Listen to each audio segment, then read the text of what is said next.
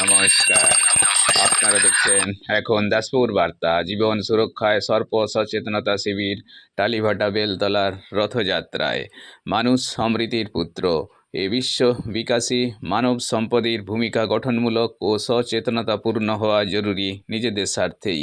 এই উদ্দেশ্যে পশ্চিম মেদিনীপুর জেলার দাসপুর 1 ব্লকে খাড় রাধাকান্তপুর ও চক কৃষ্ণবাটি বেলতলা এলাকায় টালিভাটা বেলতলা শ্রী শ্রী জগন্নাথ দেব জিউ ট্রাস্টের উদ্যোগে রথযাত্রা উৎসব 2026-এর রজত জয়ন্তী বর্ষ উদযাপনে 23শে জুলাই সর্প সচেতনতা, সাপে কাটা ব্যক্তির ABCD সতর্কতা অবলম্বনে এক মনোজ্ঞ শিবির হয়েছে।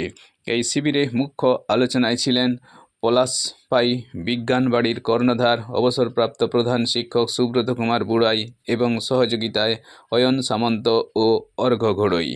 এরই কয়েক ঝলক এখন দাসপুর বার্তায়। চক কৃষ্ণবাড়ি বেলতলার বাসস্টপ মোড় থেকে রিপোর্টে শ্যাম সুন্দর দলই। Like and follow with subscribe এখন দাসপুর বার্তা।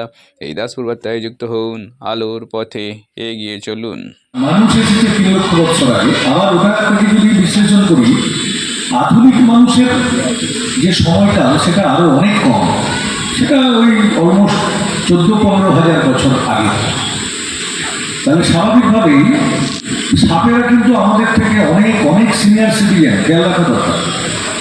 আমরা 3 লক্ষ বছর আগে পৃথিবীতে এসেছি, ওরা 12.8 কোটি বছর আগে পৃথিবীতে এসেছে। 100 জন যদি মানুষ মারা যায় কালাচের কামড়ে, তাহলে ধরে নেবেন তার 80% মানুষ মারা গেছে বিছানায়, মানে বিছানায় কামড় খেয়েছে, তারপরে পেশেন্ট মারা গেছে, বুঝতে পারেন। বাকি 20% হয়তো হাঁটছে, গায়ে পা তুলেছে, এরকম একটা ব্যাপারটা মনে পড়ছে তো। এই 2 বছর আগে খাটবাড়িতে একটা বাচ্চা মারা গেছে, মানে ছেলেটার নাম আমি ভিডিওতে কভারেজ করেছিলাম। কোলের উপর দিয়ে চলে গেছে, এই পিছন এইদিকে মুখ করে পড়ছে, এই পিছন দিক থেকে সে কোলের উপর দিয়ে চলে গেছে। ওই সময় কাজ সেরে দিয়ে চলে গেছে, ওই ধাক্কা খেয়েছে, কাজ সেরে দিয়ে চলে গেছে। কলোরার যে মেয়েটি মারা গেছিল 9-এর ফার্স্ট রান, মনে পড়ছে?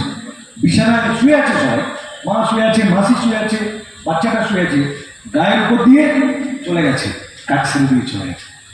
তাহলে সচেতনতার দরকার ছিল যে উনি বা ওনারা এই গায়ের উপর দিয়ে কাজ গেছে। যদি কখনো পায়ের উপর দিয়ে কালার যায়, গায়ের উপর দিয়ে কালার যায়, আমি বিছানায় দেখতে পাচ্ছেন আপনি শুয়েছিলেন, কালার পাশে শুয়ে আছে, একদম সময় নষ্ট করা যাবে না। আপনার কোনো উপসর্গ দেখার দিক না দিক, একদম অনুরোধ করবো আপনি হাসপাতালে যাবেন। কারণ এরকম বহু ঘটনা আমি বলতে পারি যেখানে মর্মান্তিক সব ঘটনা পরবর্তীকালে ঘটেছে। চাইপাটে একটা 9 মাসের বাচ্চা, তার বিছানা এবং বাচ্চাটার সাপটা শুয়ে আছে, তার মা বাবা দেখেছে সাপটাকে মেরেছে, কিন্তু তাদের একবারও মনে হয়নি যে এতক্ষণ ধরে বাচ্চার কাছে সাপটা কি করেছে। তারা কোনো প্রিকশন নেই, তারা হসপিটালে যায় না। ভোরবেলায় যখন তার সমস্যা তৈরি হয়ে গেছে, অনেক লেট, বাচ্চাটা মারা গেছে। কিন্তু হাসপাতালে বিভিন্ন সময় ডাক্তাররা পরিবর্তিত হয়ে যাচ্ছে। তাহলে ডাক্তারদের পরিবর্তনের ফলে বেশিরভাগ ডাক্তারবাবুরা সাপ চেনেন না, অনেকে চেনেন, অনেকে যাদের খুব আগ্রহ আছে, যারা স্নেক বাইটের চিকিৎসা করেন, খুব আন্তরিকতার সঙ্গে করেন, তাদের আগ্রহ আছে, তারা চেনেন, সবাই চেনেন। তো স্বাভাবিকভাবেই একটা ঘটনা বলছি, সাগরপুরের একটা পেশেন্টকে এই সাধারণ চিঠি সাপটা কামড়েছে, তারা পিতপুর হাসপাতালে গেছে। কিরকম দুর্ভাগ্য, দাসপুর হাসপাতালের পাশ দিয়ে পিতপুর হাসপাতাল, মানে যে মানুষের মধ্যে ধারণা আছে গোলা থেকে লেগেছে। চিঠি বা ঘর চিঠি বিশিং সাপ, বললের উপরে সাদা, চওড়া ব্যান্ডি তখন, বাচ্চার নাম কালছে, বলে একটু জানা থাকলে আপনাদের কোনো সমস্যা নেই। নেক্সট বোঝা যায় গাছের ক্ষেত্রে 2 ঘন্টা থেকে 20 ঘন্টা সময়, এ এক অদ্ভুত রকমের সাপ। পরে বলবো ব্যাপারগুলো। নেক্সট, উনি প্রথম ভারতে সাপের নিয়ে কাজ করেন। আপনারা জানেন 1784 খ্রিস্টাব্দে এশিয়াটিক সোসাইটি তৈরি হয়েছে। তখন এশিয়াটিক সোসাইটি একটা গবেষণার জায়গা, শিক্ষা, সংস্কৃতি, বিজ্ঞান নিয়ে গবেষণা হতো। ওখানকার উনি একজন গবেষক ছিলেন। উনি আমাদের দেশে সর্পবিদ্যাটাকে এস্টাবলিশ করে গেছেন। ডক্টর প্যাট্রিক রাসেল, উনি ইংল্যান্ড থেকে ডাক্তারি পাস করে আমাদের দেশে এসেছিলেন এবং উনি আবিষ্কার করেছিলেন ভারতের চন্দ্রবর্ডাকে। তার নাম অনুসারে এটার নাম রাসেল ভাইপার। আর এই রাসেল ভাইপারের কামড়ের ঘটনাটা সব থেকে বেশি। এর গায়ের রঙটা দেখুন, এইরকম হলদে ব্ল্যাক, 200 টাইপের ব্ল্যাক টাইপের, একদম লেজ পর্যন্ত এরকম আছে এবং প্রচন্ড। সাপটা যদি এই পজিশনে থাকে আপনি যদি একটু এগিয়ে যান যদি বুঝতে পারেন 180 ডিগ্রি ঘুরে আপনাকে কামড়াতে পারে এবং অত্যন্ত ক্ষিপ্র এবং তড়িৎ গতিতে সেকেন্ডে কি ঘটনা ঘটিয়ে দিলে বোঝা যাচ্ছে। চন্দ্রগোড়া পূর্ণবয়স্ক চন্দ্রগোড়া 50, 55, 60, 62, 65টা বাচ্চা দেয়। ভয় করার কারণে আমরা অনেক কিছু দেখাবো, তাতে বুঝতে পারবেন যে এত বেশি সাপের প্রোডাকশন হচ্ছে, আবার নেচার তাকে কমিয়ে দিচ্ছে, সেগুলো আমরা দেখা করতে পারি। পুরো কারাপ্রান্তি সাপকে খেয়ে নেয়। এদের নেচারটা হচ্ছে খুব লাজুক সাপ, এরা মানুষের কাছাকাছি আসতে একটু বিরক্ত বোধ করে। ওরা যদি বুঝতে পারে যে আমরা কেউ আছি কাছাকাছি, ওরা কি করে বুঝতে পারে? ওদের তো দৃষ্টিশক্তি ক্ষীণ, ওদের দুটো চোখের মাঝখানে একটা হিট সেন্সিং অর্গান আছে, হিট সেন্সিং পিটস ফলো করে। এবার ও যদি হাঁ করে, একটা সাপ এরকম হাঁ করলো, তার ওপর দিকে চোয়ালের দু প্রান্তে দুটো জ্যাকবোন স্নেপিল আছে, যেটাকে আমরা বিষ দাঁত বলবো। আর বিষ দাঁতের ভেতরে আর একটা সরু পাইপ আছে, ওই সরু পাইপের সঙ্গে বিষ গ্রন্থিটা লাগানো আছে।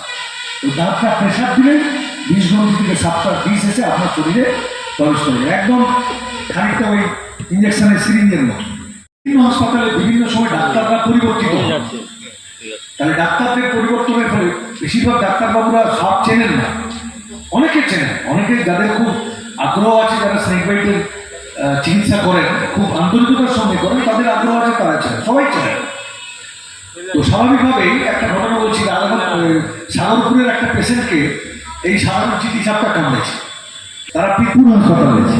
কিরকম দুর্ভাগ্য, দাসপুর হাসপাতালের পাশ দিয়ে পিরপুর হাসপাতাল, মানে যে মানুষের মধ্যে ধারণা আছে গোলা থেকে লেগেছে।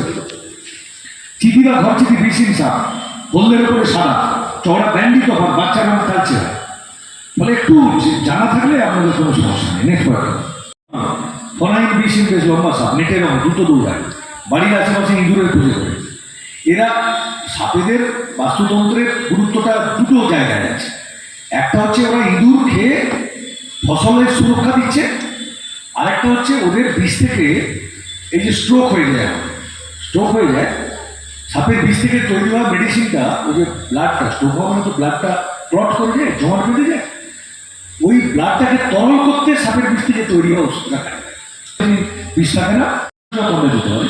আমি যদি বলি যে কোনো আননোন বাইকের ক্ষেত্রে কিন্তু রিস্ক নেন, যে কোনো আননোন বাইক, আপনি জানেন না আপনাকে কি কামড়েছে, কিছু একটা কামড়েছে, মোটরসাইকেল নিয়ে কাউকে সঙ্গে নিয়ে একটু হাসপাতালে চলে যাবে। নেটওয়ার্ক জলমেটেরি, এটা হচ্ছে হিলে। আমাদের পশ্চিম গোটা ভারতের 300 প্রজাতির সাপকে কতগুলো তালিকাতে ভাগ করা হয়েছে। যেমন এই যে গতকাল না পরশু একটা, আমরা 3 লক্ষ বছর আগে থেকে আমাদের জার্নি শুরু করেছি।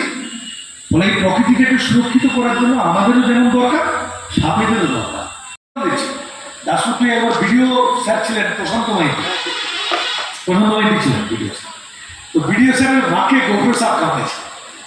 ভিডিও স্যারের দাদা হাই স্কুলের টিচার, ভিডিও স্যারের বাড়ি পিরপুর হাসপাতাল থেকে 500 মিটার দূরে, 500 মিটার বা 1 কিলোমিটার।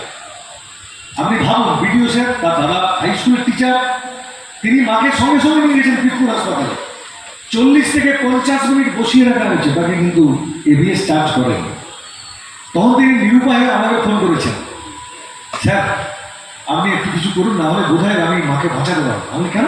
মা অলরেডি মানে ভোগাচ্ছে এবং মুখ দিয়ে একটু গেঁজলা উঠছে, সমস্যা হয়ে যাচ্ছে, ওরা এখনো খুব একটা কেয়ারই করছে। ফোন করার পরে আমাকে স্যার ফোন করছেন, প্রশান্তবাবু দাদা, স্যার ছুটাছুটি আরম্ভ হয়ে গেছে, কিন্তু একটা পেপটাইডের মতো পদার্থ থাকে যেগুলো ওদের খাদ্যের হজমে কাজে লাগে। সাপের বিষ তৈরি হতে প্রচুর সময় লাগে, সেই জন্য ওটা ওদের নেচার। কামড়ানোর সময় ওরা বেশি বিষ দেয় না, কারণ ওরা জানে আমি যদি সব বিষটা দিয়ে দিই তাহলে আমি পরে যে খাবারটা খাবো সেটা হজম হবে না। ও যখন কাউকে কামড়ায় তার শরীরে ইনজেক্ট করে দেয় জ্যাকবন ফিলিপিনটা, সেই খাবারের মধ্যে বিষটা ঢোকালে তবেই খাবারটা হজম হবে।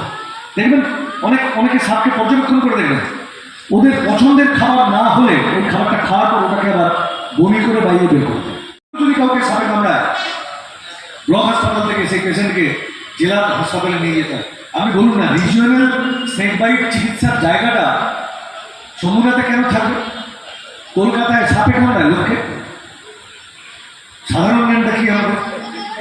আমি ভাবতে হতো আমাকে কলকাতায় হাসপাতাল বা জেলা হাসপাতালে হওয়া, সে দাবি আমরা করছি যদি কোনোদিন হয়। আমাদের পশ্চিমবঙ্গ আপনারা দেখুন, যারা পলিসি মেকার, পার্লামেন্টে তো বসা আছে বাবা, সাপ নেই।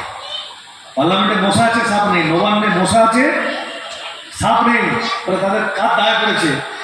তার চিকিৎসা পরিষেবাটা ভালো করতে হবে। এটা তো একটা বেলতলার লোক নয়, গোটা ভারতে 1 লক্ষের বেশি লোক মারা যায় গ্রামের, আর পশ্চিমবঙ্গে তার সংখ্যাটা প্রায় 4,000-এর কাছাকাছি। ফলে আমাদের চিকিৎসা পরিষেবাটা আমাদেরকেই ভালো করে নিয়ে নিতে হবে।